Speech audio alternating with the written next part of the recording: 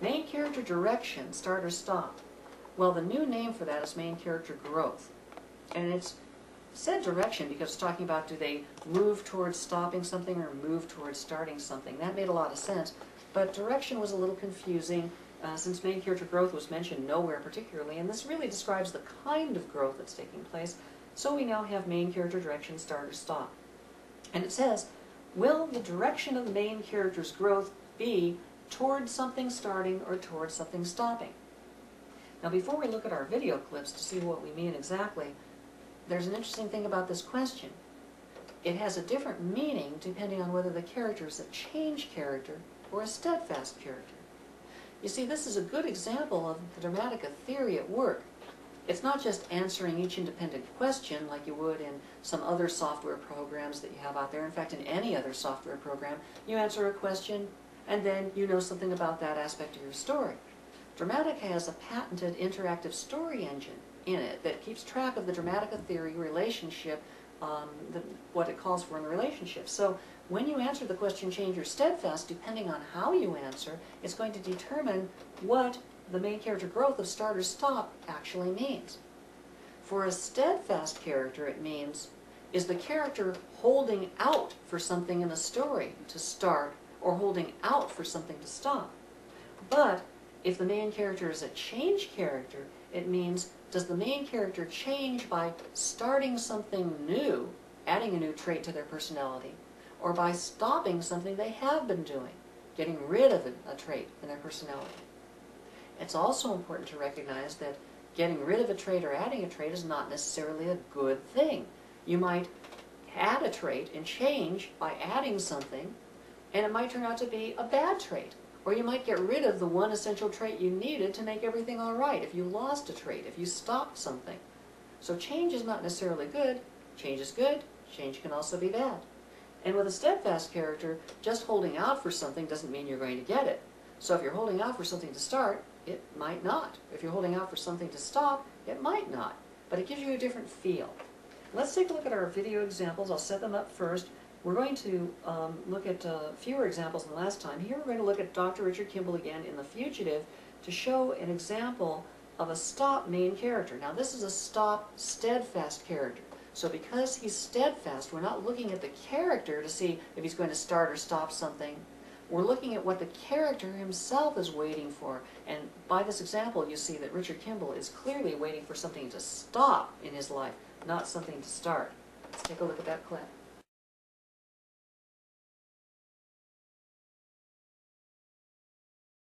This guy's life is filled with absolute tragedy, and he's just waiting for something to stop. He's clearly not waiting for something to start. It's the bad things out there, and he wants them to be over. Now we'll take a look now at a video clip of a start main character.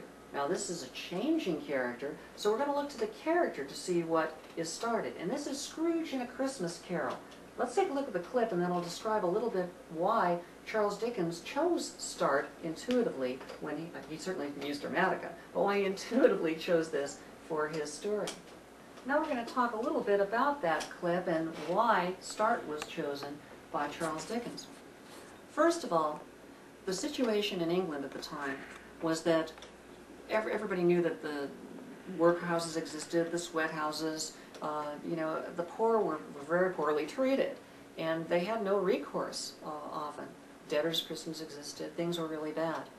If Charles Dickens had decided to indict the business community in Britain and say, hey, you guys are doing things all wrong, stop, change your ways, okay?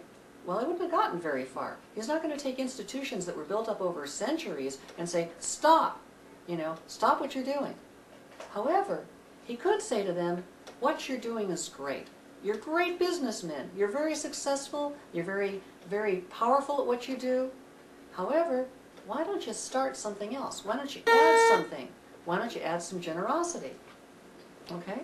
So what he figured was he could make a lot more social change, in his case, have much more impact on the people if you would get them to start something rather than try to make them stop something.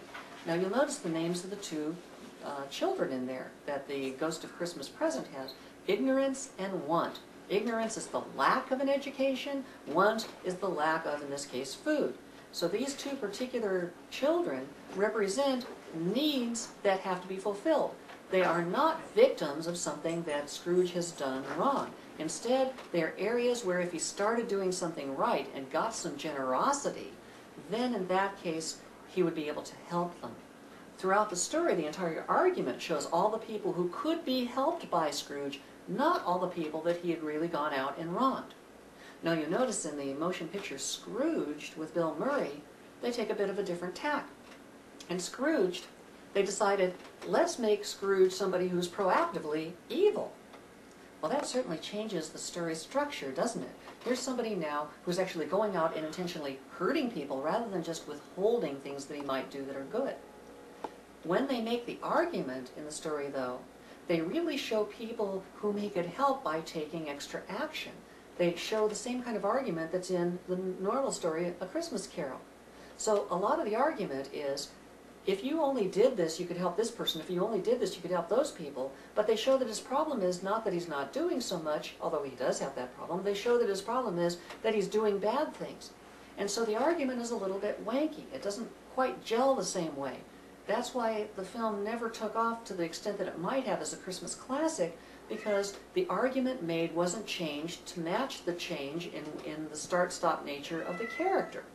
So be very careful if you're updating something or adapting something, and in your own story, even if it's from scratch, if you have a character who you want to show that they ought to start something or stop something, make sure your argument matches what you want them to do.